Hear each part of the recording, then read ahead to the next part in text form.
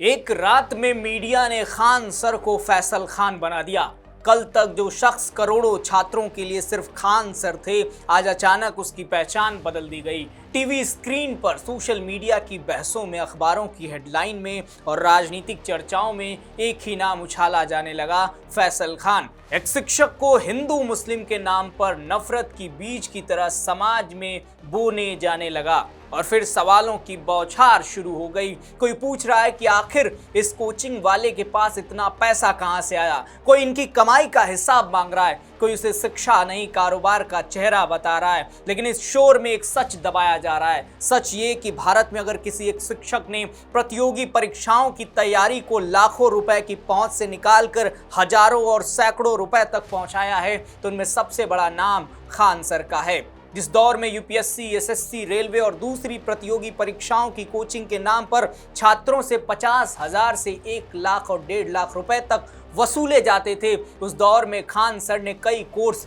कुछ 100 रुपए से लेकर कुछ 1000 रुपए तक में उपलब्ध कराए। आज उनके ऑनलाइन प्लेटफॉर्म और यूट्यूब चैनल से करोड़ों छात्र जुड़े हैं। उनके यूट्यूब चैनल के 2.5 करोड़ से ज़्यादा सब्सक्राइबर हैं, यानी 2.5 करोड़ से ज़्यादा छात्र उनसे जुड़े हुए हैं, जो दुनिया के सबसे बड़े एजुकेशनल समुदायों में से एक माने जाते हैं। ये वही शिक्षक है जिसने कई बार खुले मन से कहा कि गरीब, दिव्यांग और आर्थिक रूप से कमजोर छात्रों से फीस लेना उसे मंजूर नहीं। यह वही शिक्षक है जिसने कोरोना काल में लाखों छात्रों के लिए मोबाइल फोन को क्लासरूम बना दिया। ये वही शिक्षक है जिसने बिहार में फ्री कहें या सस्ती मेडिसिन सुविधा, सस्ता इलाज की सुविधा चालू कर दी। लेकिन आज चर्चा इन उपलब्धियों की नहीं हो रही है। चर्चा इस बात की हो रही है कि पटना में हुई फायरिंग के मामले में उनका नाम क्यों आया। सवाल ये नहीं है कि जांच होनी चाहिए या नहीं, लेकिन सवाल ये जरूर है कि क्या एक घटना के बाद किसी शिक्षक की पूरी पहचान, उसका पूरा संघर्ष, उसकी पूरी यात्रा, करोड़ों छात्रों पर उसके प्रभाव को एक झटके में मिटा दिया जाना चाहिए। जिस आदमी की सबसे बड़ी ताकत किताब रही हो, ब्लैक बोर्ड रहा हो, क्लासरूम रहा हो, उसे आज सुर्खियों में किसी और वजह से खड़ा कर दिया गया हो। आज चर्चा सिर्फ एक मामले की है, पटना में हुई फायरिंग की, और उसी के बहाने खान सर को कटघरे में खड़ा करने की कोशिश चल रही है। सवाल ये भी है कि जिस शिक्षक ने सालों तक छात्रों को किताब पकड़ाई, उसे अचानक हथियारों की राजनीति में क्यों घसीटा जा रहा है। क्या सचमुच खान सर इस पूरे विवाद के केंद्र में हैं, या फिर किसी बड़ी लड़ाई में उनका नाम एक हथियार की तरह इस्तेमाल किया जा रहा है। यही वो सवाल है जिनके जवाब अब बिहार की राजनीति, पुलिस, जांच और अदालत के गलियारों में तलाशे जा रहे हैं। दोस्तों, पटना में खान ग्लोबल स्टडीज संस्थान पर हुए हमले और उसके बाद हुई फायरिंग का मामला लगातार तूल पकड़ता जा रहा है। बीते कुछ घंटों में ऐसी खबरें तेजी से फैली कि खान सर, जिनका वास्तविक नाम फैसल खान बताया जाता है, पटना सिविल कोर्ट में सरेंडर करने पहुंच रहे हैं। लेकिन इस पूरे घटनाक्रम में नया मोड़ तब आया जब उनके वकील ने सामने आकर इन खबरों को पूरी तरह खारिज कर दिया। खान सर के कानूनी सलाहकार, अधिवक्ता या कहें वकील अरविंद कुमार ने साफ कहा कि खान सर सरेंडर नहीं करेंगे। उनका कहना है कि उनके मुवक्किल कानून से भाग नहीं रहे, बल्कि कानूनी तरीके से अपना पक्ष रखेंगे और अदालत से अग्रिम जमानत की मांग करेंगे। वकील का दावा है कि खान सर को इस मामले में जानबूझकर फंसाया जा रहा है। उनके मुताबिक कुछ दिन पहले खान सर के स्टाफ ने एक दूसरे कोचिंग संस्थान के संचालक के खिलाफ शिकायत दर्ज कराई थी और उसी का बदला लेने के लिए अब उनके नाम को इस मामले में जोड़ा गया है। वैसे आपको बता दें कि ये पूरा विवाद 2 जून की रात को शुरू हुआ। बताया गया कि 15 से 20 लोगों का एक समूह, एक ग्रुप पटना स्थित खान ग्लोबल स्टडीज संस्थान पहुंचा, जिन पर आरोप है कि इन लोगों ने संस्थान में तोड़फोड़ की, पथराव किया और वहां मौजूद कर्मचारियों के साथ मारपीट भी की। इसी दौरान एक वीडियो सामने आया जिसमें संस्थान के 2 गार्ड हवाई फायरिंग करते दिखाई दिए। वीडियो सोशल मीडिया पर वायरल होते ही मामला पुलिस तक पहुंचा और फिर जांच शुरू हुई। पुलिस ने कार्रवाई करते हुए दोनों गार्डों को गिरफ्तार कर लिया। बाद में उन्हें जेल भी भेज दिया गया। लेकिन जांच आगे बढ़ी तो खान सर का नाम भी एफआईआर में जोड़ दिया गया।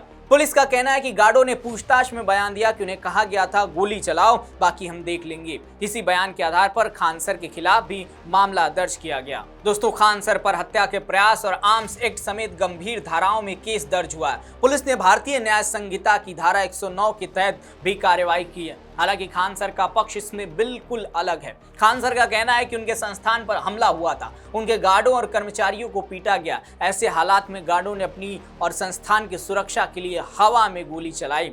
उनका तर्क है कि अगर कोई भीड़ किसी संस्थान में घुसकर हमला करे, कर्मचारियों को पीटे और संपत्ति को नुकसान पहुंचाए तो सुरक्षा कर्मियों का पहला कर्तव्य लोगों की जान बचाना होता है। खान सर ने सवाल उठाया कि क्या किसी व्यक्ति को गोली लगी, क्या किसी की मौत हुई, क्या किसी को फायरिंग से चोट पहुंची? अगर नहीं तो फिर इसे किस संदर्भ में देखा जाना चाहिए? उन्होंने कहा कि पुलिस को मौके पर पहुंचने में समय लगा और उस दौरान गार्ड अपनी जिम्मेदारी निभा रहे थे। दिलचस्प बात यह है कि हमले के बाद भी खान सर ने अपनी क्लास लेना नहीं छोड़ी।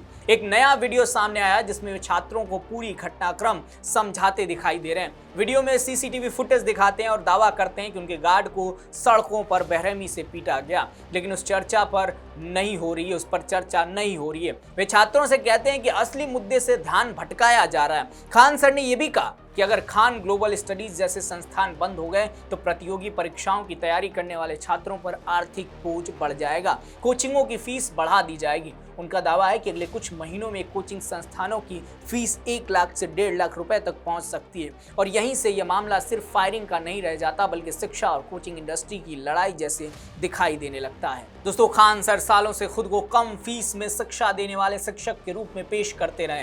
हालांकि खान सर एक पॉडकास्ट में अपने जीवन से जुड़ा एक किस्सा बताते हैं। उन्होंने बताया कि उनके जीवन में एक समय ऐसा भी आया जब उनके पास घर लौटने तक के पैसे नहीं थे। खुद खान सर कई बार बता चुके हैं कि उनके पास सिर्फ 40 रुपए बचे थे और वे गहरे आर्थिक संकट में थे, लेकिन उन्होंने हार नहीं मानी। उन्होंने दूसरे कोचिंग संस्थानों में पढ़ाना शुरू किया। शुरुआत में उनकी क्लास में सिर्फ 6 छात्र थे, 6 बच्चे थे, लेकिन उनके पढ़ाने का तरीका छात्रों को पसंद आने लगा और धीरे धीरे संख्या बढ़ती गई। बाद में उन्होंने अपना संस्थान शुरू किया, खान ग्लोबल स्टडीज। कोरोना काल ने उन्हें देश भर में पहचान दिला दी, एक पॉपुलैरिटी बना दी। जब कोचिंग सेंटर बंद हुए तब उन्होंने ऑनलाइन पढ़ाना शुरू किया। उनका यूट्यूब चैनल तेजी से लोकप्रिय हुआ और आज करोड़ों लोग उनसे जुड़े हुए।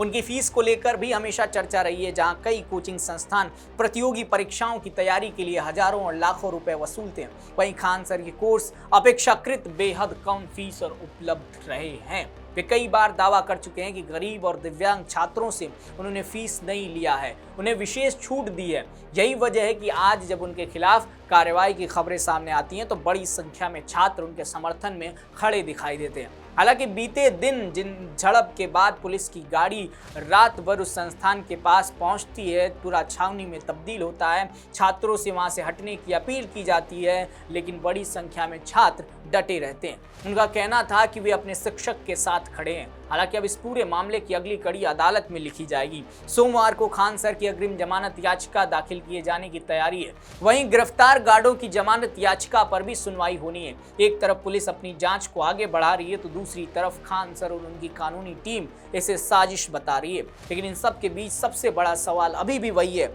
क्या ये मामला सिर्फ हवाई फायरिंग का है? क्या ये 2 कोचिंग संस्थानों के बीच बढ़ते विवाद का परिणाम है या फिर एक ऐसे शिक्षक की बढ़ती लोकप्रियता की कीमत जिसे करोड़ों छात्र अपने मार्गदर्शक बनाते हैं? फिलहाल जवाब अदालत और जांच एजेंसियों के पास है, लेकिन इतना तय है कि पटना की इस घटना ने शिक्षा जगत, कोचिंग इंडस्ट्री और बिहार की सियासत तीनों में एक नई बहस छेड़ दी है और उसमें मीडिया हिंदू मुस्लिम के बीच नफरत का बीज बोने की कोशिश कर रहा है।